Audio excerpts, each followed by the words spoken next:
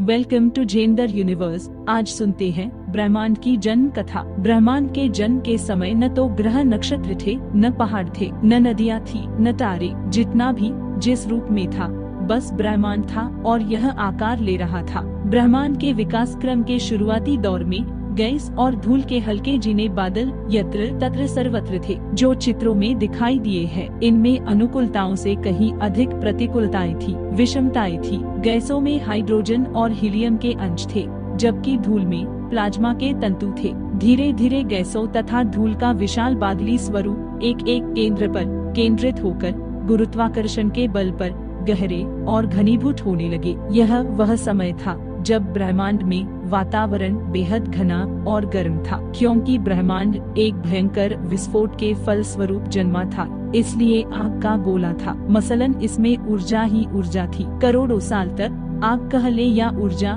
फैलती रही और फैलने के साथ ठंडी भी होती रही। धूल के बवंडर उठते रहे और ज्वालामुखी फूटते रहे। गुरुत्वाकर्षण की शक्ति का बल भी ब्रह्मांड के जन्म के साथ ही उत्पन्न हुआ, जिसने कालांतर में अस्तित्व में आने वाले ग्रह नक्षत्रों को अपने संतुलन से साधने का काम किया। धीरे धीरे फैलते हुए पदार्थ यहाँ वहाँ पिंडों का रूप लेने लगे। कालांतर में गैस और धूल के ये पिंड सिकुड़ते चले गए। इन्हीं से तारे अस्तित्व में आए। इन्हीं तारों के समूह को निहारिका, मंदाकिनी और आकाश गंगा कहा गया है। ये आकाश में कुहरे की तरह फैले हुए प्रकाश पुंज है, जो अंधेरी रात में किसी नदी में सफेद धारी की तरह प्रवाहित होते दिखाई देते हैं। ब्रह्मांड की जन्म कथा। आइए जानते हैं तारों का जन्म। ब्रह्मांड के अस्तित्व से जुड़े आरंभिक तारों का रूप बहुत बड़ा था, पर कुछ करोड़ वर्ष जीने के बाद इनकी मृत्यु भी होने लग गई। निरंतर जारी विस्फोटों से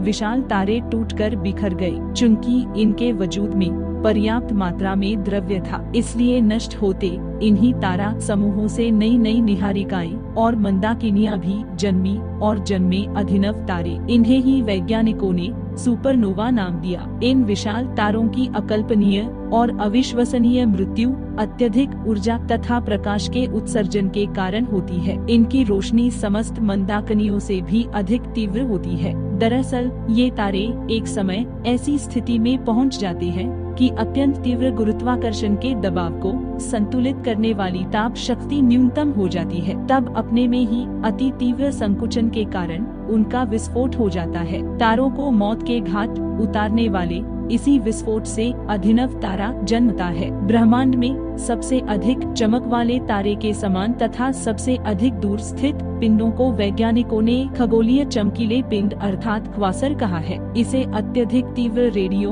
तरंगों के स्रोत के रूप में पहचाना गया। ब्रह्मांड का सर्वाधिक विलक्षण पिंड पुच्छल तारा अर्थात पल्सर है। अभिनव तारे के विस्फोट के बाद न्यूट्रॉन तारा बन जाता है। पल्सर तारों की तरंगे ब्रह्मांड में स्पंदन मसलन कंपायमान के रूप में अनवरत चलायमान रहती है। यही विचित्र और अदृश्य ब्रह्मांड का ऐसा रहस्य है, जो स्पंदनों में विकिरण उत्पन्न करने की क्षमता रखता है, और वह भी एक निश्चित आनुपातिक और अनुशासित आवृत्ति में। हालांकि अब मनुष्य ने यह भी जान लिया है कि न्यूट्रॉन तारे अधिकतम तीव्र चुंबक मंडल के कारण तरंगों का विकिरण केवल ध्रुवों से ही करते हैं, और वे भी अपने अक्ष पर घूर्णन करते हैं। इस तरह प्रकाश स्तंभ का प्रकाश स्रोत भी घूमता रहता है और देखने वाले को वह प्रकाश स्पंदनों के रूप में दिखता है।